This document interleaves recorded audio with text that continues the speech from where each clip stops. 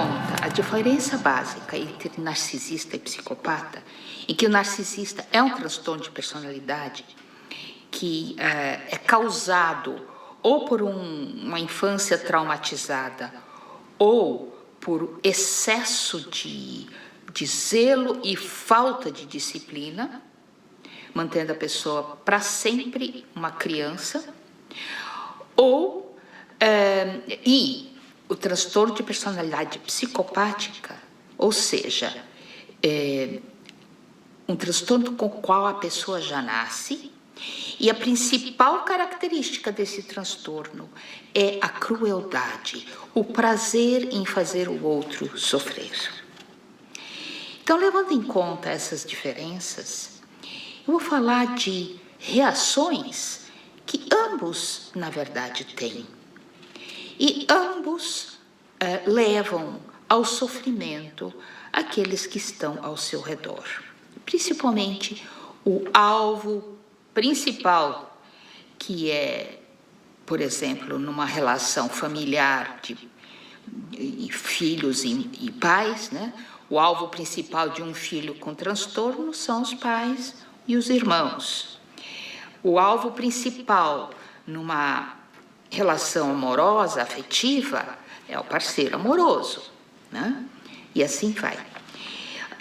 Então, as reações são as mais diversas possíveis, mas principalmente a reação vem quando o falso self é ameaçado, ou seja, quando esta construção laboriosamente conseguida, tanto pelo narcisista quanto pelo psicopata, de uma personalidade que eles apresentam ao mundo, que é o que eles acham que vai lhes trazer mais vantagens, que não tem nada a ver com a sua verdadeira identidade, entende? É o falso self. Então, quando existe alguma ameaça ao desvendamento ou que esse falso self possa desmoronar, essas criaturas reagem como todo ser humano reage aos perigos. Só que este perigo é um perigo específico, entende? Eles precisam defender a unhas e dentes esse falso self, porque é assim que eles conseguem dominar os outros. Então, por exemplo, pessoas que estão descobrindo mentiras, descobrindo falsidades, descobrindo que tem algo de muito errado nesta pessoa e nessa personalidade, são tidas como inimigas. Todo aquele que ameaçar esse falso self é um inimigo mortal e precisa ser combatido como tal. Por exemplo, né, se numa parceria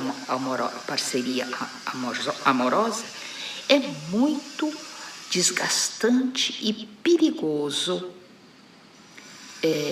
você, que é vítima desta pessoa, entrar neste processo. Então, eu sempre falo, se você está descobrindo mentiras, não confronte essa pessoa com aquilo que você está descobrindo, porque você vai evocar uma das 4 reações.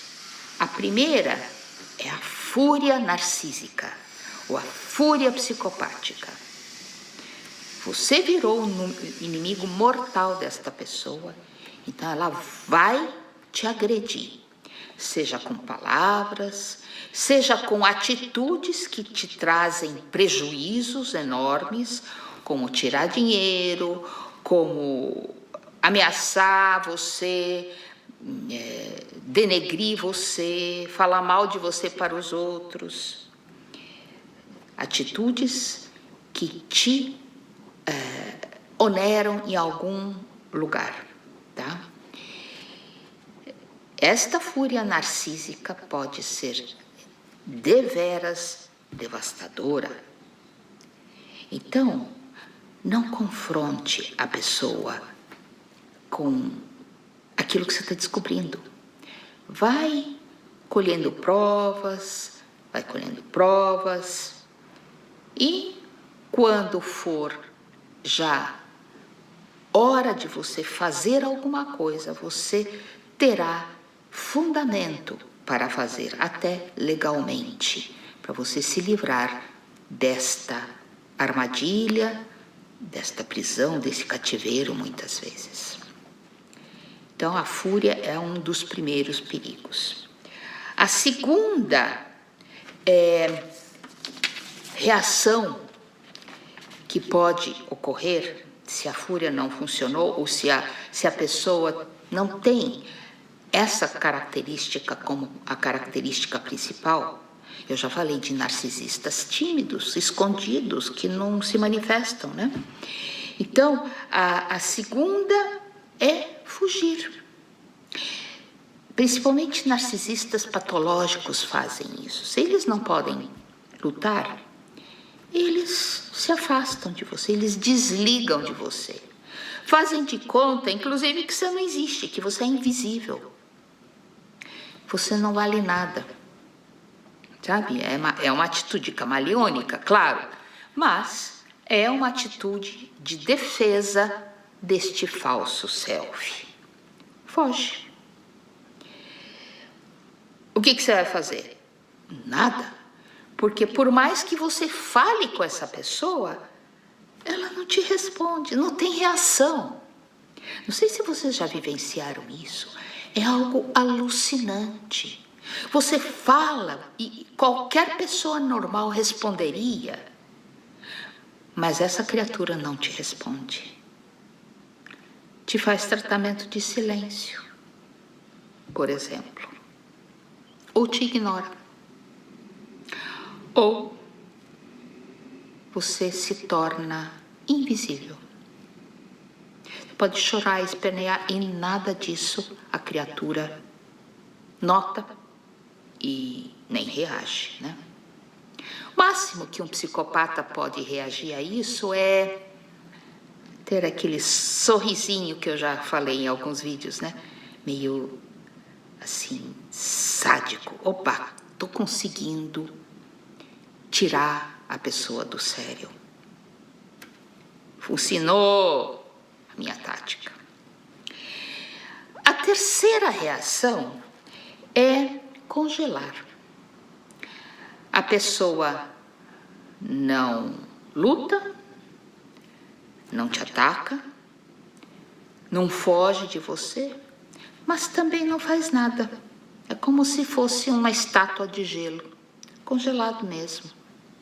Faz absolutamente nada.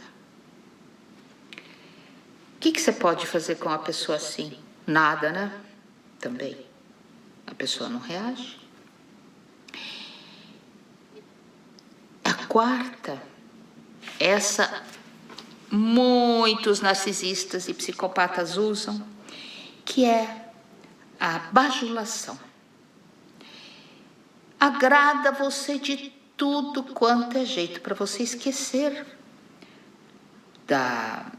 daquilo que te magoou, daquilo que você descobriu.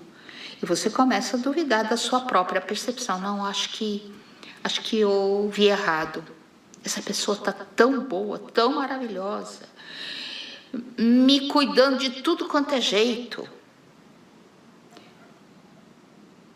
que o errado deve ser eu.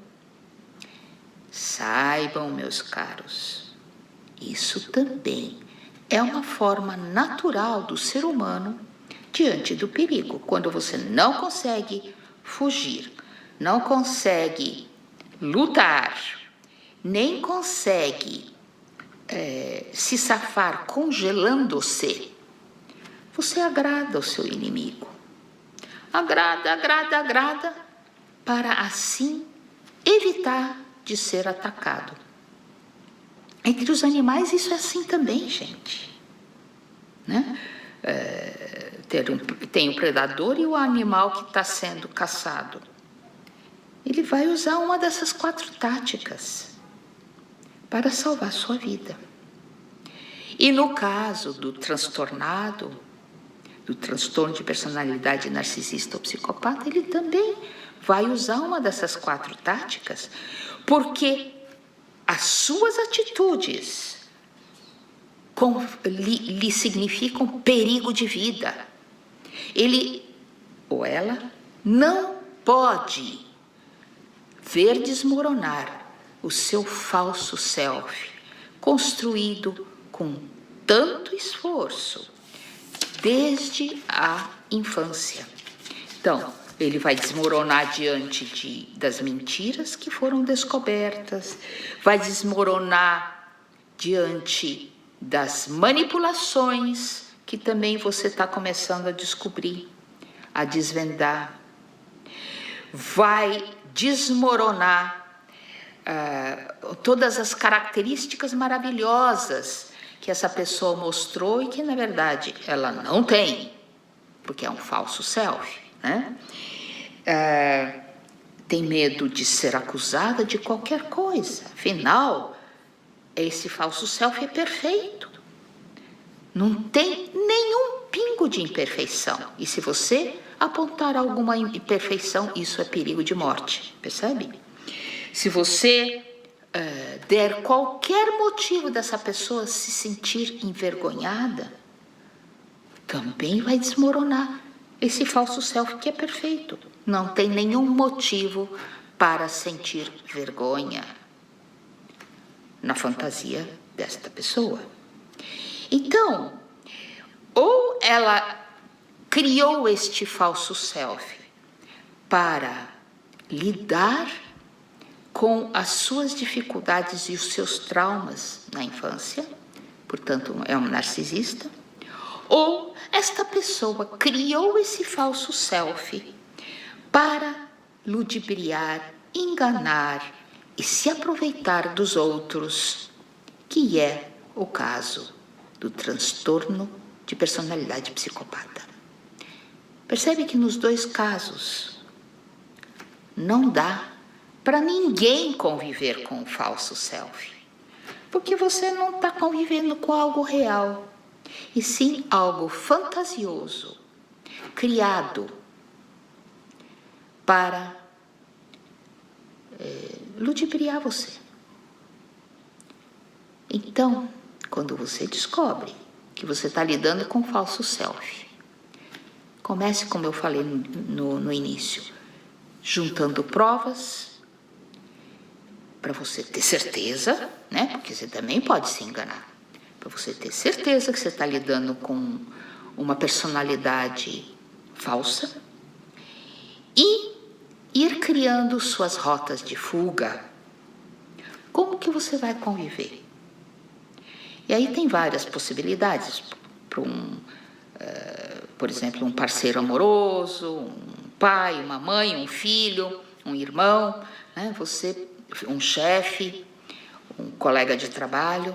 Para cada um você vai precisar criar estratégias para você sobreviver, para você não ser destruída.